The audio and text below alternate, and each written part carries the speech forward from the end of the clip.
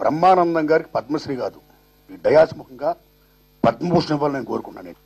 Whole hearted I'm telling, accident what not everything, right? అయితే నేను మనస్ఫూర్తిగా అనేటువంటి వ్యక్తిగా 30 ఏళ్ళు బట్టి 40 ఏళ్ళ సినిమా ఇండస్ట్రీ ఉంటున్నాను, 30 ఏళ్ళ బట్టి సినిమాలు తీస్తున్నాను కాబట్టి దీని అమ్మ భైరవీరు బీభత్సాలు సౌత్ అండ్ నార్త్ ఫీలింగ్స్ తోటకూరలు మామూలు కాదు మిత్రులారా. పరమ దుర్మార్గం అది. ఎవడపు సొత్తు అవార్డు అనేది, ఎవడపు సొత్తు అది?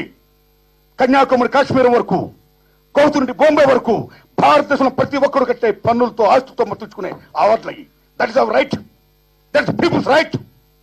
గవర్నమెంట్ ఎవడపు సొత్తు అది? ఇవ్వాలి, ఇవ్వాలి.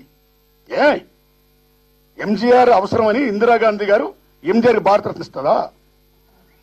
ఎంజీఆర్ కంటే ఎన్టీఆర్ ఎందులో తక్కువ? నటుడుగా ఎంజీఆర్ కంటే ఎన్టీఆర్ తక్కువ కాదు, ఎక్కువ. ఎంజీఆర్ కేవలం తమిళనాడుకే పరిమితం. బట్ ఎన్టీఆర్ నేషనల్ వైడ్ మొత్తం ప్రభావితం చేసిన మహనీయుడు, నేషనల్ చైర్మన్. ఆ మేరు పర్వతం కూలకపోతే చావకపోతే he's going to be next prime minister of India. Such a great personality NTR. Telugu జాతి, తెలుగు నేల, తెలుగు గౌరవాన్ని ప్రపంచం తగ్గిపోయిన మహానుభావుడు ఎన్టీఆర్.